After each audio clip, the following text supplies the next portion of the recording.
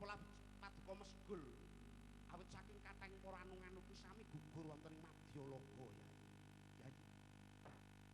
Tapi kula nyambung dawuh. Bratayuda dipun lajengaken menapa cekap kandhek.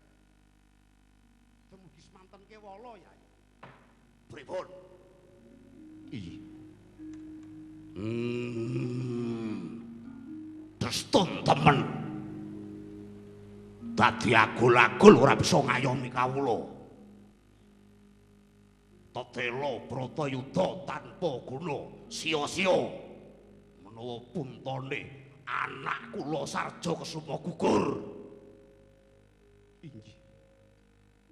Saya ncetung malih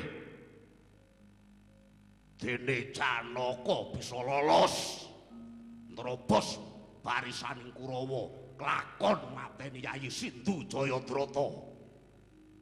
Wadya Kurawa ming plongah-plongo ming dongawa. Jiwane pengecut. Blegere wae garang kaya singa barong. Ning jebul banci jerone padha ngadepi bebaya. Ing atase Pandhawa culik-culika nerak angger-angger Darmayuda ngrusak tatanan perang. Wadya Kurawa ming plonga-plongo. Setun derajat pangkat ning dadi dole laknat. Ngatasi Kurawa wis kelembangke kurukan daging. Pageneo kabeh mung padha bisu. Jawab. Jawab, Paman.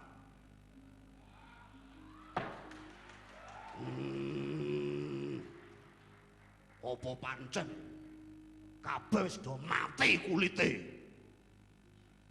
Apa pancen drajating urip kawula Ngastina ki murahan kaya kewan? Nuwun amit pasang kaliman tabik Yayi menapa anak Prabu Duryudana. Kalilanipun bapa semulatur nila kula nderek nyataken bilih kasetyan iki ngluluran kejujuran menika wau tumrapun bapa mas kawinipun nyawa ya. Tumrapun bapa mas kawinipun nyawa. Nanging jebul Ngastina menika inggih tasih wonten gembel iku lelamisan. Nalika gesangipun tasih Sudra Sampali melet-melet pados welas. Nanging Dupi Mukti Wibawa Hambu Minata lajeng gendong lali. Ndilat itu ngeman nyawa ngukuhi derajat pangkat. Kerbo! Ora perlu kok kekalang tembungmu.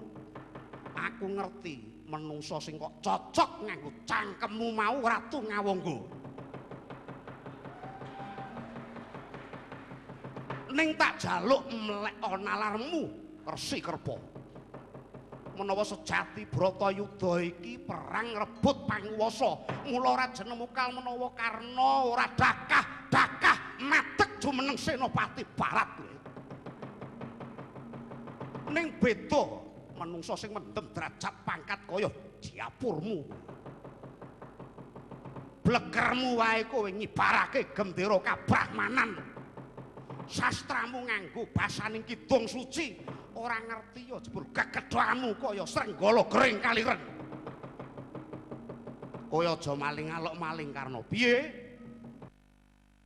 Kowe aja maling alok-maling. Sebab jagat iki wis nekseni nadyan kowe ngrungkepi labuh Ngastina, nanging temene kowe iki ana pakuwon bulu pitu iki mujudake tumperingas tunggak kemaduh. Biang satura minggat jejeg raimu Barato.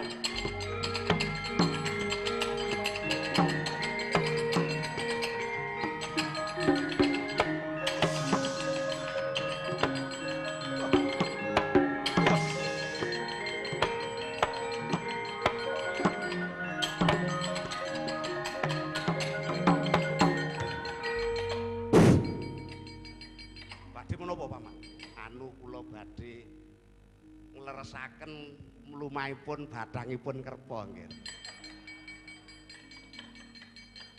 Sapa sing ora trima perkara patine Kerpa? Ayo. Sapa sing maido karo kasetyane ratu tangkep dodo tangkaran bau taker ludira nek perlu tanding yuda sak matine lumawan Basukarna. Aja ming Kurawa.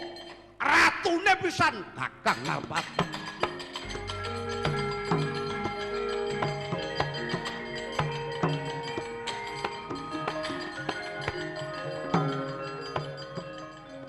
Kang Narpati Basukarna dersananing para satriya Nayaka Darma mugi keparenga paduka ngracut broken penggalih kadangipun Kakang Yayi Aji mugi diagung pangaksama paduka rongot manah kula temah cak-cakan kula wonten madyaning Pakuwon Bulu Pitu kados dene tiyang ngurakan Yayi tur persajan bila iki ngraka menika wau mangertos dhateng soroting netra paduka iku mangar-mangar kados wesi abang. Teledak-teledok pangandika ling lisan wau sasat mledhek percikaning geni wisa temahami mbuhi sangar tuwin kewingitaning Pakuwon Bulu Pitu. Yayi, mboten nama mokal menawi para anung-anung tuwin para jejonggol. Jejonggol iki sampeyan gantung sebo ngabiyantara wonten ngarsa paduka Yayi Aji menika wau. Bebasan namung sami jenger-denger tan mubah tan musik wadana kemba kawis tingalku mambang jiwa kaprawiranipun ning beda iki ngraka ngawangga Yayi kula mboten lurup kula mboten gegrik ngadepi Pandhawa ngiling saking menika Yayi nadyan badan kula lungrah marlupa nadyan menika wanci serap surup surya Yayi oncen-oncen sangsangan Senopati kangge mbuktekaken tulusing kasetyan kula dhateng paduka Yayi Aji anut lakuning Kurawa ingun patine Sang Abimanyu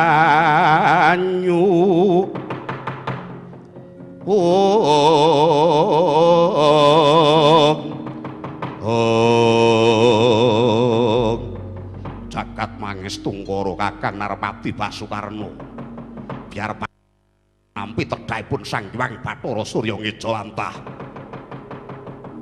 Paman Harya Sengkuni wonten pangandika ing nyadawa anak Prabu